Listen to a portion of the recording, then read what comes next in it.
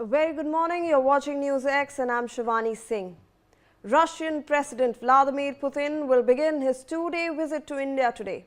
He will be arriving in Delhi at 6:30 p.m. and will head straight to the Prime Minister's residence for a private dinner meeting with the Prime Minister Narendra Modi, with their one-on-one conversation expected to continue until about 8:30 p.m. His official engagements start late tomorrow morning with a meeting with the President of India at Rashtrapati Bhavan, likely around 11 a.m. Let's take a look at what's on the agenda of Russian President Vladimir Putin. In fact, because you have to remember that this is his first visit in 4 years. Russian President Vladimir Putin will actually begin his visit today, and he is expected to arrive in Delhi today at 6:30 p.m. and he will head straight to the Prime Minister's residence for a private dinner meeting with the Prime Minister.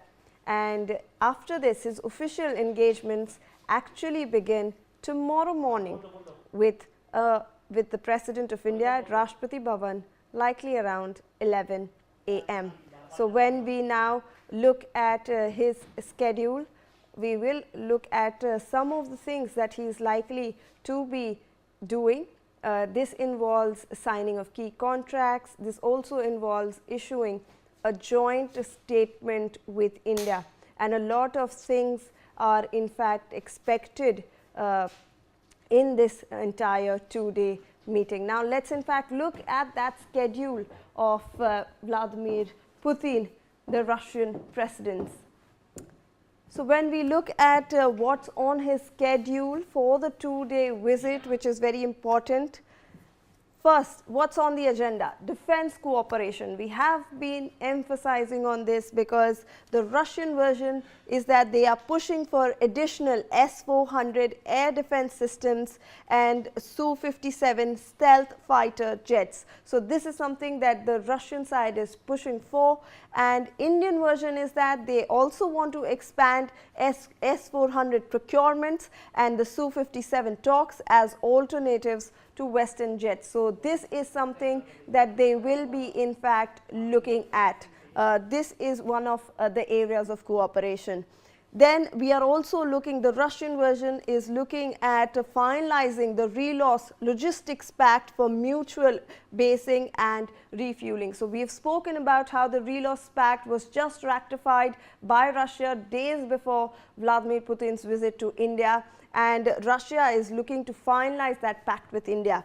Indian version is that they want to ratify RELAWS for a joint exercises for Arctic access and also to discharge remaining Indian recruits in the Russian army. So this is one of the major agendas that India will be likely to raise in the RELAWS pact. When we are looking at energy and nuclear cooperation, this is the Russian version is offering small modular reactors, tech transfer and expertise, and the Indian version is to complete the Kundakulam reactors, an MOU on civil nuclear cooperation including on SMRs. So this is something that we will be looking forward to in the energy sector. Also, Russia will continue discounted crude oil supplies and new trade corridors they will be looking to establish, or sea routes with India. So this is something that they will be looking forward to.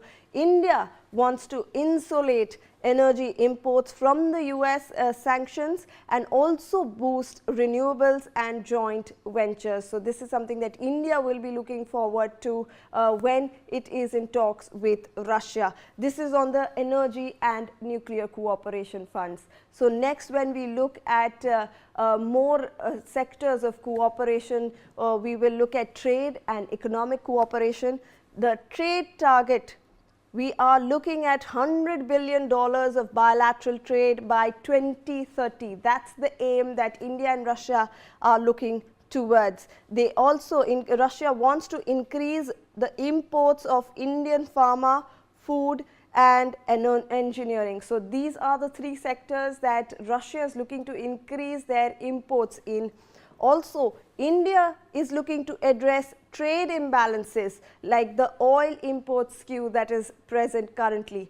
Also, India is looking at local currency trade to evade sanctions. So, they are also trying to look and find alternatives to evade those sanctions that have been put on place, and India is looking to trade in local currencies.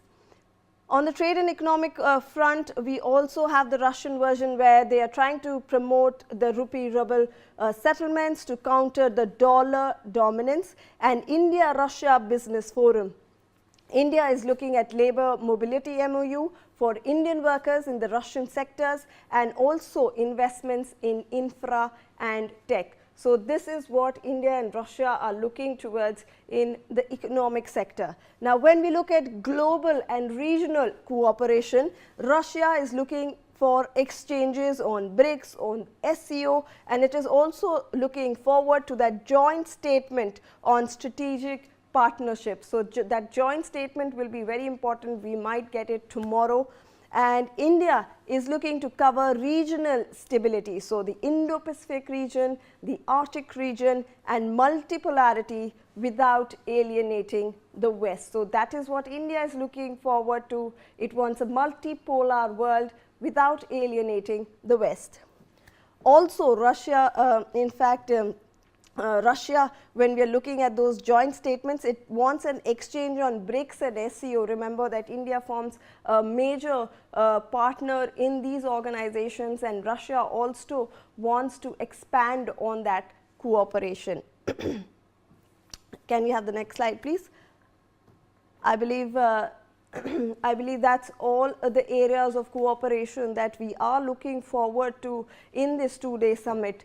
This is something that India and Russia both will be looking forward to. It's a high-stakes summit that is coming into place. Joining us on the broadcast is Joyita Basu, editor, The Sunday Guardian. Thank you so much, ma'am, for joining us. Appreciate your time. A very good morning to you. It's a big day today for India and Russia. We are looking forward to a lot of deals, a lot of trade and a lot of bonhomie, ma'am. Okay. Yes, it is an important visit, but more important than the deal that is going to, that deals that will be signed, I think it is the message that is coming out of that, this particular summit, which is taking place after 4 years of Putin's visit to India. The message is much more important, primarily because this is taking place in the backdrop of the Russia's invasion of Ukraine that happened almost 4 years ago. 2022, February 2022, in 2 months it's going to be 4 years. And given the kind of sanctions that Russia has been, was already subjected to before 2022, and things, we all know how things went on a spiral after that.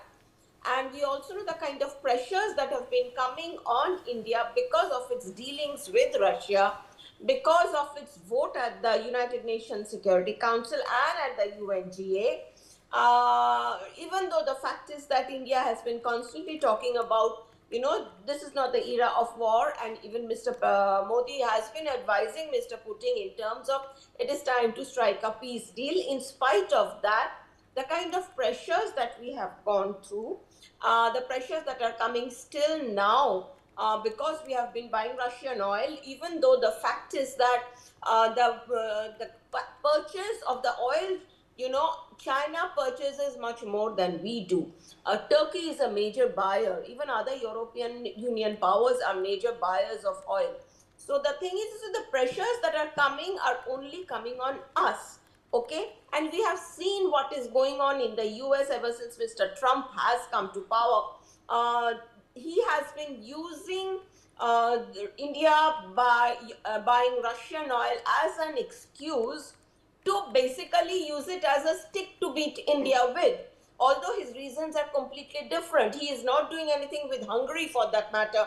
He is not saying anything to EU. In fact, whatever India is doing, certain countries in the EU, they are doing just exactly the same thing, but they are being exempted. So the sheer hypocrisy of it. And the fact is, you see, quite a few, I would say, summits that were supposed to take place in these 4 years in Delhi. Putin visiting Delhi, India had postponed it, India had cancelled it, keeping in view, I would say, whatever the West was saying.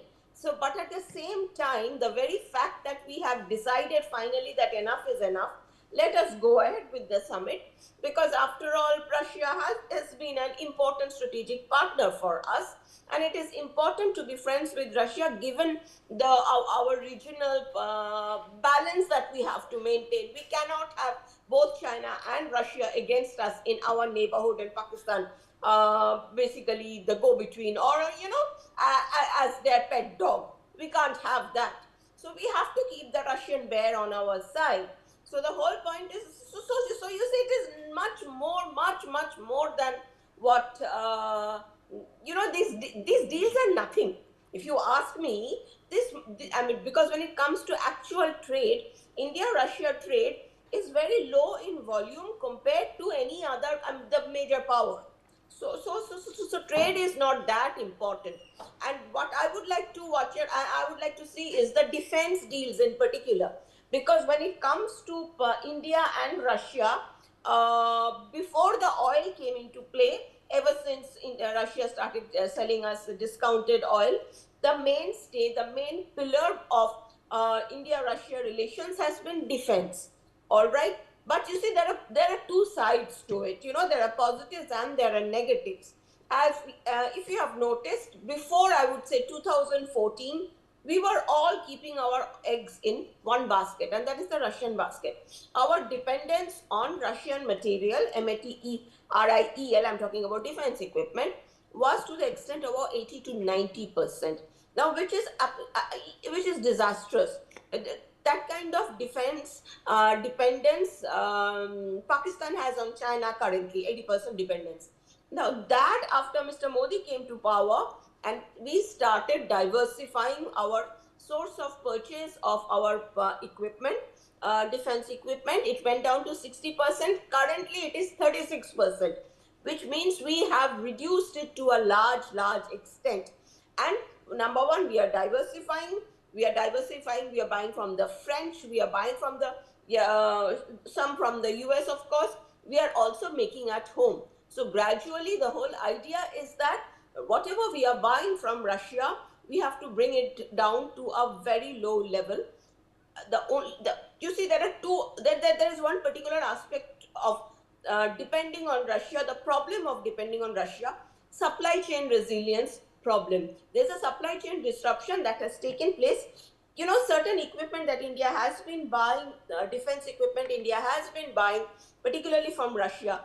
Some of the stuff was also coming from Ukraine, by the way, because of the Ukraine-Russia war. Disruption has taken place in supply chain, so as a result of which parts, all the parts that are needed for these weapons systems and all, that delivery of those parts have become a problem. Now, this is something we need for the maintenance of our equipment. One of the reasons why we are diversifying. So there's a downside to that. Now, there is another thing that is coming to it, is that we obviously have to move towards building at home, which I think $25 billion is our current target right now. Now, apart from that, we also have to see in terms of the oil, of course, that, the oil purchase also we are starting to diversify, because kind of Western pressure that is coming in. So you see, these are fertilizers, this, that, and all these things. These are there. I mean, these trade things are there, the small things. But what is more important is the defense part we have to see. What is very important is that we have to see whether we are opting for Su-57 or not. Su-57 is the equivalent of the American F-35. We are very clear. I mean, you must be knowing that, one of the reasons why the USA was refusing to sell us F-35 was that because we got S-400 from the Russians, and S-400 is so good, so efficient.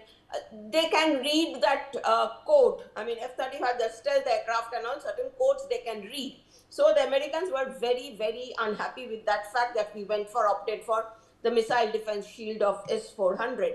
So now what happened after that is, you see, But the Russians have been trying to sell us Su-57 as a, you know, the fifth generation that aircraft that we are talking about. But we have had earlier problems with Su-57.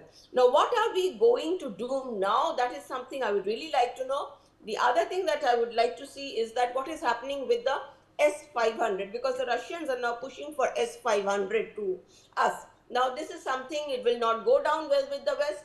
You already would have seen the ambassadors of Germany, Right. UK, and France writing an op-ed commenting on India's foreign policy, an Indian newspaper, to which Indian government has replied. Right. So you see, a lot of pressures will come on Absolutely. us.